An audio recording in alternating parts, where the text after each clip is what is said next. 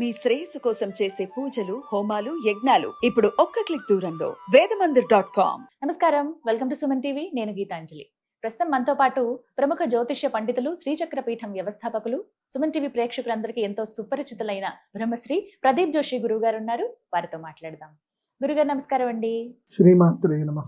2026 July తర్వాతనే చాలా మార్పులు వస్తాయి.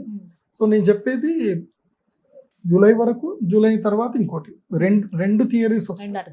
ఇప్పుడైతే జూలై వరకే చెప్తాను, మళ్ళీ జూలైలో మళ్ళీ ఒకసారి. ఎందుకోసమంటే ప్రతిసారి అక్షయ తృతీయ మనకి ఎప్పుడు బాగా గుర్తుపెట్టుకోండి, నేను ఏది చెప్పినా పర్ఫెక్ట్ ఉంటుంది. ఇది చాలా మంది థియరీ పట్టుకున్నారో లేదో తెలియదు, కానీ అక్షయ తృతీయకి గురువుది రెవల్యూషన్ ఉంటుంది. అంటే గురువు మార్పు ఎప్పుడు కూడా అక్షయ తృతీయ నుంచో మన క్యాల్కులేషన్ ఉంటుంది, గుర్తుపెట్టుకోండి. అయితే అక్షయ తృతీయ లేకపోతే శ్రావణ శుక్రవారము, లేకపోతే మనకి ధనత్రయోదశి, లేకపోతే వసంత పంచమి. ఇప్పుడు మెల్లిమెల్లిగా మారుతూ ఉంటాడు కదా 12కి. ఈసారి ఆషాఢ శుద్ధ ఏకాదశి వరకు ఒక సిచ్యువేషన్ ఉంటుంది రాశిపతి. అంటే అందరి జీవితాల్లో ఆషాఢ శుద్ధ ఏకాదశి వరకు చెప్తాను, అంటే పెద్ద ఏకాదశి వరకు. ఇక అనుకోండి వరలక్ష్మి వ్రతం అనుకోండి, ఈసారి అందరు వరలక్ష్మి వ్రతం అందరి జీవితాలు మారుస్తుంది, ఎవరెవరి జీవితాలు మారుస్తుంది అది కూడా చెప్తాను. గురుగారు, ఇక ద్వాదశ రాశుల్లో చివరిది మీన రాశి వారికి 2026 ఎలా ఉండబోతుంది ఈ సంవత్సరం? ఇప్పుడు మనము మీనం అంటే ఏంది? చేపని మనం వల్లో పట్టుకొని దాన్ని ఒడ్డునేస్తే అది ఎలా గిలిగిలి కొట్టుకుంటుంది.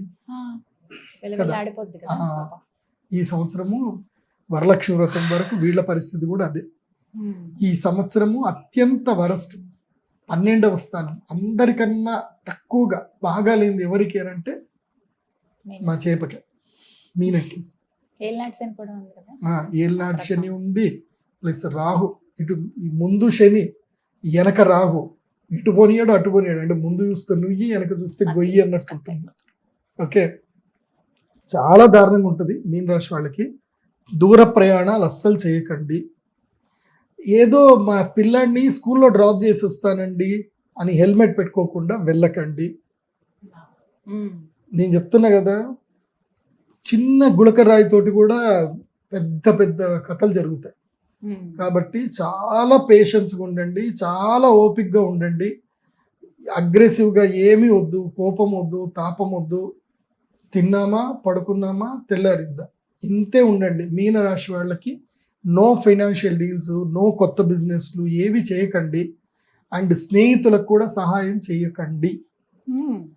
గుర్తుపెట్టుకోవాలి, చేయమని చెప్తారు చాలు, నేను చెయ్యకండి అని చెప్తాను. మీరు చెయ్యడం వల్ల ఎక్స్పెక్టేషన్ పెరగడం వల్ల రేపు వాళ్ళు తిరిగి మీకు సహాయం చేయకపోవడం వల్ల మీరు వాళ్ళకి శత్రువు అయిపోతారు, వాళ్ళు మీకు శత్రువు అవుతారు. No financial deals, no transactions. కేవలం తీర్థయాత్రలు తిరగండి, చక్కగా ఒంటరికి వెళ్ళండి. నేనైతే ఒంటరికి వెళ్ళమని చెప్తాను. మీన రాశి వాళ్ళు ఎవరైనా ఉంటే ఒంటరికి వెళ్ళండి. ఆడవాళ్ళు అయితే మీ ఆయనని కొంగు పట్టుకొని తీసుకెళ్ళండి, మీన రాశి వాళ్ళు. అంతే. తీర్థయాత్రలు ఎక్కువగా చేయండి. ఈ సంవత్సరం ఒక్క గ్రహం పాజిటివ్గా లేదు మీన రాశి వాళ్ళకి. అంటే మధ్యలో ఏదో కొన్ని నెల రోజులకి ఏ బుధగ్రహము, ఏ రవిగ్రహము, శుక్రగ్రహము బెనిఫిట్ చేస్తాయి, కానీ రాహువు, కేతు అయితే సప్తమంలో ఉండి ఇట్లా దుర్రం చూస్తున్నాడు, శత్రుస్థానంలో కేతువు చూస్తున్నాడు. కాబట్టి కేతు శత్రుస్థానంలో ఉంటే ఒకటైతే కలుగుతుంది, కానీ డబ్బు రుణ రూపంలో వస్తుంది, అది కూడా ఖర్చు అయిపోతుంది. సో ఇంకా అప్పు పెరుగుతుంది. కాబట్టి రుణం కూడా తీసుకోకండి. మోక్ష జ్ఞానం అయితే పొందితే మంచిది.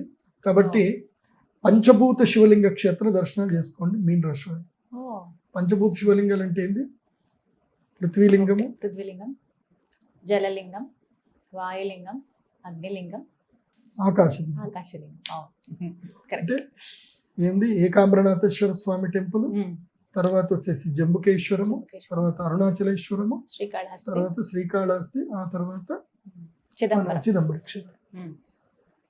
సో ఈ పంచభూత శివలింగ క్షేత్రాలు దర్శనం చేసుకోండి.